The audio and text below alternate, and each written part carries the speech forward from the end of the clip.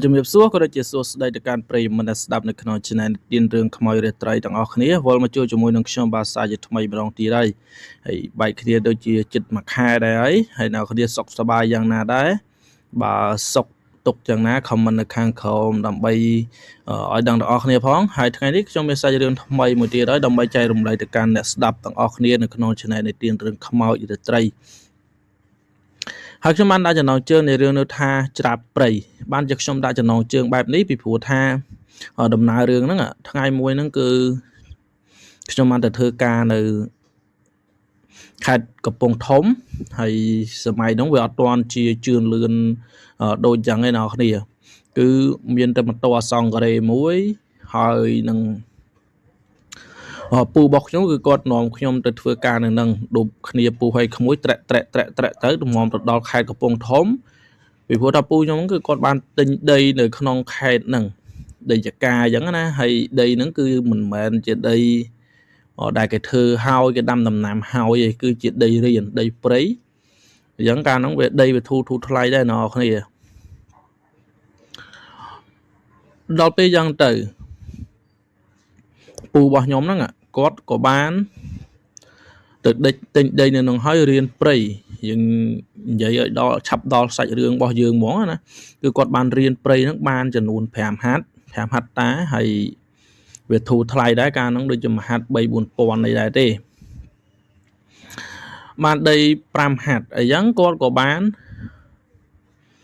ដាំដលងកាលហ្នឹងគឺដលងមីពេញនិយមជាងគេគឺដាំដលងមីដល់ពេលពូខ្ញុំគាត់ដាំអញ្ចឹងទៅ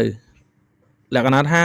តពូហើយក្មួយតគ្រួសារអញ្ចឹងទៅធ្វើអត់ទាន់ទេធ្វើអត់បានច្រើនអីយ៉ាងទេអត់ទាន់សភាពការនៃការដាំដលងនឹងយកជើងដលងយកអីហ្នឹងទេគាត់ក៏បានហៅតាមួយនៅស្រុកខ្ញុំទៀតដើម្បីឲ្យធ្វើជាកម្មករយើងនិយាយឲ្យវាស្រួលស្ដាប់ទៅគឺកម្មករដាំដលងហើយយកជើងដលងដល់ពេលហើយទៅហៅតានឹងមកទៅហៅខ្ញុំហៅតាដែលគាត់អាយុមិនមែនជាចាស់អីណាទេខ្ទង់40អីហ្នឹងគឺគាត់នៅពេញកម្លាំងដែរទេអញ្ចឹងហៅគាត់មកគាត់ក៏ព្រមមកគាត់ក៏បានជាអសង្ការេគាត់នឹងមកដែរថ្លៃដែរកាលនោះអ្នកគ្នាគឺមួយថ្ងៃបាន 20000 ដែរចំនួនហ្នឹង 20000 ខ្ញុំទៅមកវ៉ាកងហ្នឹងបានហើយជា 300,000 ដែរណាមួយធ្វើឲ្យពូខ្លួនឯងយ៉ាងទៀតគឺមិនបានថ្លៃទេគាត់ឲ្យប្រហែលឲ្យទៅស្រាប់តែគាត់ទេពីព្រោះថាយើងធ្វើដើម្បីទៅយកលុយរៀនទេកាលហ្នឹងត្រឡប់មកឲ្យតវ៉ាកងគឺខ្ញុំទៅហៅលុយហៅអីពីព្រោះថាយើងស្ថិតនៅក្នុងគ្រួសារមួយដែលមិនមែនជាអ្នកធូធាណានៅខ្វះខាតដែរទោះឥឡូវក៏មិនអ្នកធូធាដែរនៅតែខ្វះមុខខ្វះក្រោយចាយមិនគ្រាន់ខ្លួនឯងផងដល់យ៉ាងទៅក៏ហៅតានឹងទៅ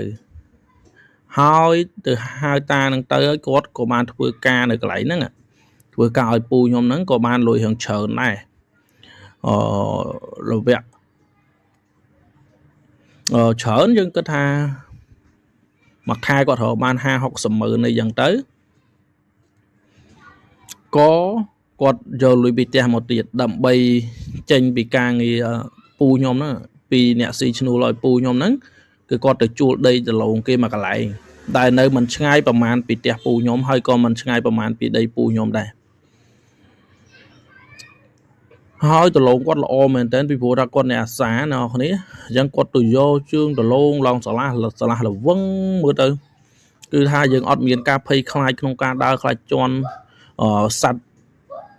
អាសេរពឹសមានពស់មានក្អែបមានខ្ទួយមានខ្យាដំរីអីចឹងយើងអត់ខ្លាចដល់ចឹងទៅគាត់ថ្ងៃមួយហ្នឹងខ្ញុំក៏បានដើរបាញ់សត្វពេលយប់ណាដើរបាញ់សត្វជាមួយនឹងតាមួយទៀតដែលគាត់ជាទាហានជើងចាស់មួយរូបហើយខាងអង្គភាពរបស់គាត់ហ្នឹងគេឲ្យគាត់កាន់កាភ្លើងគាត់អត់ព្រមកាន់ទេគឺគាត់បានកាន់គាត់សុំសិទ្ធិរបស់គេហ្នឹងសុំអនុញ្ញាតពីថ្នាក់លើរបស់គាត់ហ្នឹងមកកាន់អាកាភ្លើងបាញ់សត្វវិញពីព្រោះថាការហ្នឹងគឺច្បាប់វារៀងធូរអលងគាត់ថាត្រូវថាច្បាប់តឹងរឹងគាត់ថាត្រូវដែរពីព្រោះថាការនោះគឺมันអាចយកកាភ្លើងឯណាកែច្នៃយកទៅបាញ់យកទៅអីអត់ទេតោះតែសុំសិទ្ធិពីគេសិន dương miền cả tập cách ấy ban thời một căn cặp lương căn ấy giống nèហើយតាខ្ញុំហ្នឹងគឺគាត់អត់បានគិតយ៉ាងទេគឺគាត់បានសុំសិទ្ធពីគេហ្នឹងកាន់កាភ្លើងកែច្នៃរបស់គាត់ហ្នឹងដល់ពេលដែលខ្ញុំដើរបាញ់សัตว์ជាមួយគាត់យប់ទី1គឺអត់បានទេហើយយប់ទី2ហ្នឹងគឺបានសัตว์ចំនួន3ក្បាលដូចជាមាន់ព្រៃហើយនឹងខ្យងបារាំងហ្នឹងអាហ្នឹងវាមិនដឹងថារូបរាងវាដូចជាក្តាន់ញែងហ្នឹងណោះវាតូចជាងក្តាន់ញែងបន្តិចទេបានចំនួន2ក្បាលហើយធ្វើហូបទៅទាំងយប់ហ្នឹងទៅធម្មតាយើងនៅក្នុងព្រៃអត់មានអីយ៉ាងការហើយផ្សារអញ្ចឹងវាឆ្ងាយដល់គ្នាទៅទិញហូបម្ដងទិញត្រីដែងអីម្ដងមកប្រោះគ្នាឡើងសឹងអសរស្បែកហើយឆ្អឹងធំដល់ក្បាលឯណោះគ្នាវាយូរពេកអត់មានអីស៊ីអញ្ចឹងធំដល់ក្បាលទេស្អែកឡើងគឺជាថ្ងៃដែលខ្ញុំត្រូវចិត្តចូលកងវិញហើយពេលនោះហើយតាហ្នឹងក៏គាត់ថាគាត់យកជើងដលងហើយគាត់ចង់ទៅលេងផ្ទះពី3ថ្ងៃគាត់នឹកប្រពន្ធកូនគាត់ដែរអញ្ចឹងណាហើយអញ្ចឹងគាត់ក៏បានប្រាប់ខ្ញុំថាចៅត្រូវទៅលេងផ្ទះអត់ទៅផ្ទះអត់អីណាមួយយើងគិតថាខ្លាចខាតលុយដែរអញ្ចឹងទៅជាមួយគាត់ហ្នឹងមិនស្រួលទៀតណាគ្នាការហ្នឹងថាដូចជាចាញ់បោកគាត់អញ្ចឹងនេះអាចចំណុចដែលថាខ្ញុំថាហេតុអីបានជាខ្ញុំនិយាយថាច្រាបព្រៃធម្មតាអ្នកដើរព្រៃគឺមានភាសារបស់គេសញ្ញារបស់គេលក្ខណៈសម្គាល់របស់គេថាសញ្ញាសម្គាល់បែបម៉េចដើម្បីឲ្យអ្នកមកខាងទៀតឆ្លើយមកយើងដឹងថាម្នាក់នឹងមែនអញ្ចឹងណាខ្ញុំធ្វើការជាមួយគាត់ចំនួន3ថ្ងៃដើម្បីឲ្យរួចថ្លៃទៅស្រុកពេលនោះដែរគឺធ្វើថ្ងៃទី1អត់អីទេធ្វើថ្ងៃទី2គឺវិញគាត់ដីឡើងមកហាត់ហើយនៅគ្នាអត់ដឹងថាគាត់នៅហោងមួយណាទេខ្ញុំក៏ស្រែកហៅកំហុសរបស់ខ្ញុំដែរទេកាលនោះគឺខ្ញុំស្រែកហៅឈ្មោះរបស់គាត់ហ្នឹងឈ្មោះតាជួនខ្ញុំហៅតាជួនអើយតាជួនអើយគឺមានសំឡេងឆ្លើយមកខ្ញុំវិញអូនៅនេះវយខ្ញុំដើរទៅកន្លែងសំឡេងហ្នឹងណាហើយដើរទៅក៏ផ្ទះដំបូកសមួយដំបូកហ្នឹងវារៀងធំដែរណាបងប្អូនគេកាប់ដើមឈើបាត់ហើយមានតែដំបូកហ្នឹងទេខ្ញុំដើរទៅស្រាប់អត់ឃើញគាត់ទេខ្ញុំក៏ស្រែកទៀត